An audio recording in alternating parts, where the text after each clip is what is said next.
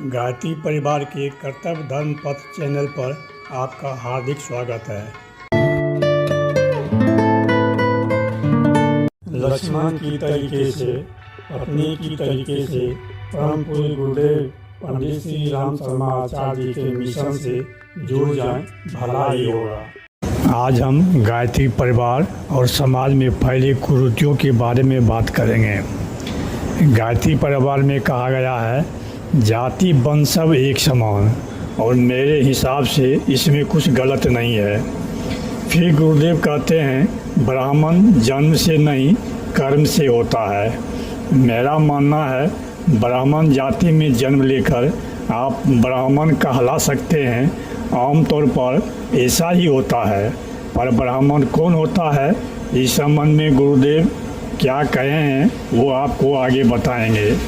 पहले जान लेते हैं आज ये प्रश्न क्यों उठा है।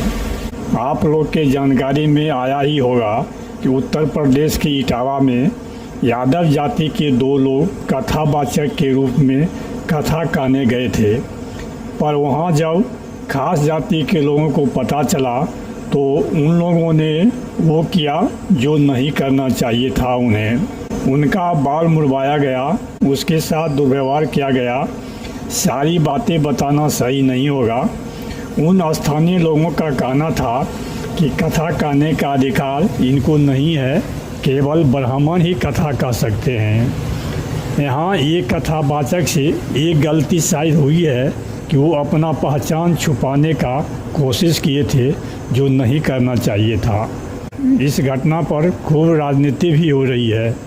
राजनीति की बात को यहीं छोड़ते हैं, समाज के इस कुरीति पर आते हैं। गायत्री परिवार में यज्ञ कराने वाला, संस्कार कराने वाला किसी भी जाति से होता है और उसे सम्मान भी दिया जाता है। लोगों को पता नहीं होता है कि पंडित ब्राह्मण किस जाति से हैं। गायत्री परिवार में धार्मिक कार्यक्रम में जाति नहीं देखा जाता है। हे समाज के मूर्धन लोग, जब भगवान यादव हो सकते हैं तो कथावाचक यादव क्यों नहीं होंगे। भगवान से बड़ा तो कथावाचक नहीं है। भगवान श्री कृष्ण को आप लोग ही यादव बताए हैं, इसलिए इस तरह की दोहरी नीति से दूर रहना ही श्रेष्ठकर होता है। गायत्री मंत्र जिसे जपने का अधिकार केवल ब्राह्मण को बताया गया है, आज बदलते परिवेश में हर कोई गायत्री मंत्र का जाप कर रहा है। यहाँ ब्राह्मण की परिभाषा दूसरा है, जन्म से नहीं कर्म से ब्राह्मण बताया गया है। भले गायत्री मंत्र जपने वाला कर्म से ब्राह्मण न बना हो। मेरे समाज के विद्वान जनों, आप लोग सम्मानीय हैं, समाज में पूजनीय हैं, समाज को वर्षों से विद्या देते आए हैं, समाज को जगाते आए हैं। इसलिए इस परंपरा को बरकरार रखा जाए।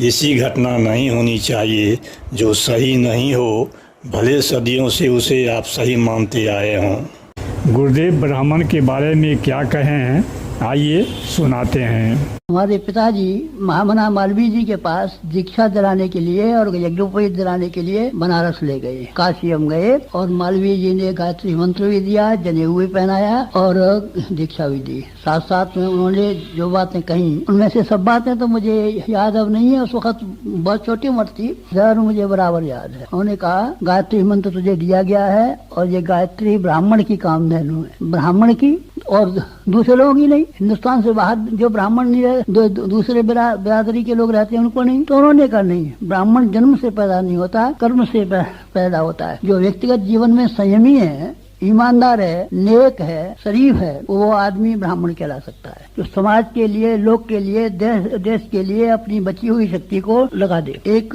औसत नागरिक की तरीके से जिए, औसत भारतीय की तरीके से अपना गुजारा करे और इस गुजारे के अलावा अपनी सारी शक्ति और सारी बुद्धि सब भगवान के लिए लगा दे, उसको ब्राह्मण कहते हैं। समाज में आज भी इस तरह के लोग संख्या में पाए जाते हैं।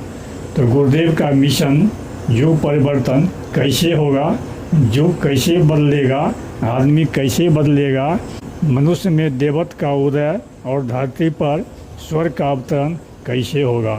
मुझे इस बात का गर्व है कि हम वैसे गुरु के शिष्य हैं जिनके परिवार में, यानी गायत्री परिवार में जात पात का भेदभाव नहीं है। आज बस इतना ही। वीडियो के अंत तक बने रहने के लिए धन्यवाद। ओम शांति, ओम शांति, ओम शांति।